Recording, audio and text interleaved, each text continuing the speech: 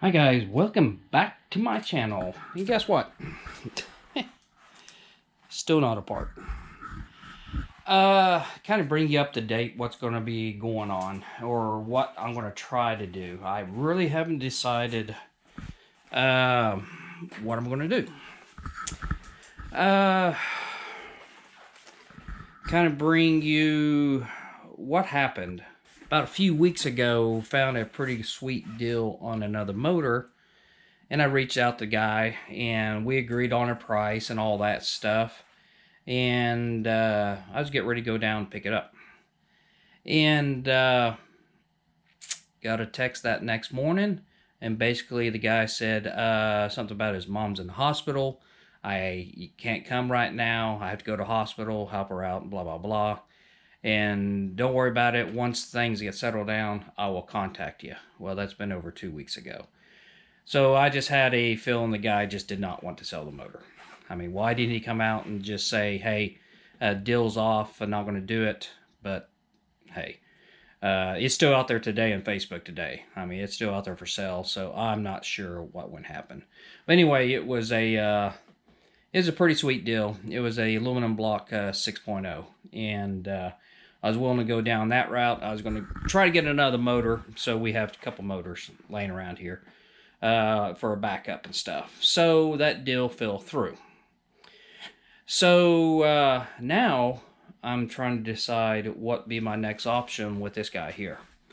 Trust me, I've been still looking for some motors out there for I really like to have two motors, but then again, I love the idea of making this one a little bit bigger. So that's one other option. The other option was just go ahead and put it back like it is, save a little bit of money, put it back together, and just get it up and running. Let's get some racing in. So I really have not decided what I want to do, but I do know we're going to have to break this motor down anyway. I know it's going to need a new set of bearings for it. That's a guaranteed. It's going to get, we're just going to go through it, get it all fixed back up so we can get it up and running. I mean, so that requires us to go ahead and tear it on down. Now, after we get it torn down, that's when I'm really going to have to contemplate what I really want to do. I mean, I want to make it, if I do make it bigger, it's going to be like a 402. If I get the cylinder walls cleaned up, maybe a 403, get it punched out, this will be a 408. So, but I don't know. A 402 probably make better sense because that requires less amount of machine shop work. All I have to do is buy a rotating assembly, go get it balanced, and slap it in. Should be off and going. The motor was running great. Had no issues with it. It was making great horsepower where it's at. So I know it's sealed up pretty good. Compression-wise, it was sealed up pretty good. We might do a cold leak down on it. Just curiosity to see what it's sitting at right now. But before I break it down. So anyway, I really haven't decided what I want to do with the motor. But I do know we're going to have to tear it apart anyway. So I don't know. So anyway, more to come on that. There we go. Got one of the heads off already. Not too bad looking. Everything checked out really good. The lifters look fine. Cylinders look fine. Get ready to pull this head off next and all that good stuff. But guess what I got in? Yep. Got some mains and some rods bearings in. So guess what I'm going to be doing? Basically what I decided to go ahead and do for right now, I'm going to go ahead and decide to go ahead and just put this thing back like it was. I was thinking making a 402 out of it, or even make it a 370 or a 3 whatever, but it's going to remain a 6-liter, so I am not going to do anything to the motor. I know a bunch of guys probably disappointed in that and all that good stuff, but that's the best decision financially probably that we could do right now. There's nothing wrong with this motor. I'm pretty confident that the issue that we had, first I thought it might have been the water pump. Why do I want to call this water pump? But first I thought it may have been the oil pump. So far, that checked out really good. You saw me ran the oil pressure test on it. That checked out really good. The only thing that can be is the pressure gauge and all that good stuff. So I think it might have been something to do with that. And we are actually going to put a pressure light on it. So not only I have the gauge reading pressure, I have another pressure sensor it's going to be reading as well. Here, let me show you. I have always had this on the block, on the motor. This is where the oil pressure sensor plugs into. And this is another oil pressure sensor, okay? So this, I had good ambitions to tie it into the ignition or something like that. So if it lost oil pressure, it would shut off the motor immediately, but I had never gotten around to it. But I have always had this sensor in here. But what I'm going to go ahead and do, I'm going to tie this into a light. So what's going to happen is that in case I lose pressure, and the gauge shows I lose pressure, but if the light hasn't came on, good chance I still have pressure. So guarantee if the light comes on, there's no oil pressure on this motor. So anyway, that's what I'm going to do. It's going to just be another fail-safe. But other than that, I'm going to keep everything the same. I think that's the best move for me right now. I mean, I want to go racing next year, and I don't want to be any more financial hardship to the family, all that stuff. And I got some huge expenses coming up next year with a bunch of travel I'm going to be doing. So I don't need to incur any more expenses than I have to. So, but with that, definitely I'm going to restore it just like it was. So that should get the motor up and running.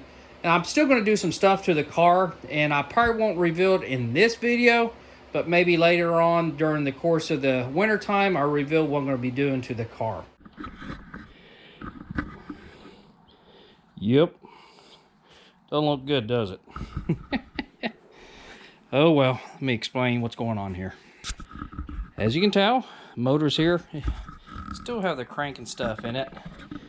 When I was actually trying to put it on the engine stand, some of my bolts holes where the bell housing was stripped out, or had very little threads on it. So we're in the process of re-drilling these out and re-tapping them, put helicoils on them. So yeah, I messed one of them up over here by accident. I drilled at an angle, and it's just, I'm gonna have to make it a little bit bigger. This one I successfully done it just fine. So anyway, stuff like this happens.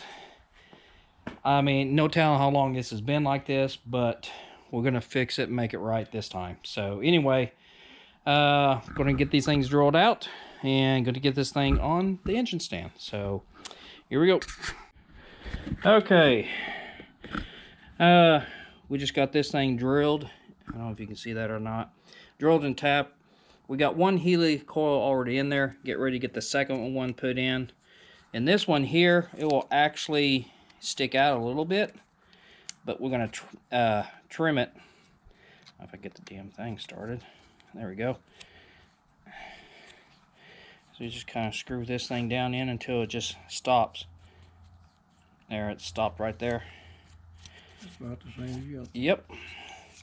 So what we'll do, we'll come back in here, and we got a Dremel, and we'll just cut off these rings what we don't need. Then the tang is still down the middle. I don't know if you can see that or not. Then we'll take a punch and punch that tang off it that, you know, that sits in the middle of it, and this way I can get the bolt all the way down through it. So, and just like that, it's on the engine stand. Like I said, we had to put 3 helicoils in. We had to put one in here, and one down there. This one's a little bit bigger one. Basically what happened is when I went to tap it, I got it at an angle. Anyway, it was a mess. I just made a lot bit bigger and bigger bolt. So, but it works. I'm not going to complain. Crank is out. It looks really good. No issues there. Of course, the heads are out. Tons of parts laying around. More parts need to be cleaned. What do we have out here? Pop's sitting down. Pistons are out. They look pretty good. All the rings look good. Block is out, sitting down. Waiting for it to get cleaned up. More parts, more bearings. These are actually the mains here on the bottom. All those look really good. The rods, for the most part, except the ones I think I showed in that one video, all those look really good. It is windy out here. I don't know if you can hear it in the background. We're getting our parts washer bin cleaned up. I haven't used this in 3 years at least. So we dumped all the fluid out of it and getting ready to get replaced. Got a lot of parts to wash. So anyway, making some progress. I got parts coming in. We got my bearings in. I got my gaskets coming in next week. So it'll be Monday, Tuesday before we get that in. So hopefully if things go good, maybe next week we'll have most of this back together. I don't know. So we'll try that. But we're hoping to get the things back together, get it in the car, and maybe do some testing a little part of this toward the end of the year. So just have to wait and see. So anyway, yep, making some progress. So back at it. Okay, well that's it for this video.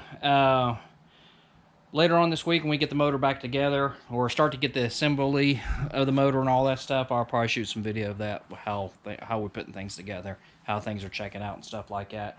Don't want to bore you too much how actually pour it together or put it together, but who knows, I might go in a little bit of details on some of this stuff, what we check and all that stuff, make sure this thing survives. So anyway, with that, sure do appreciate it. Keep watching my videos, share it, like it, do whatever you need to get the channel to grow. And hopefully we'll be racing this thing here next few weeks or so, 2 or 3 weeks, I'm hoping. So anyway, with that, I'm out of here.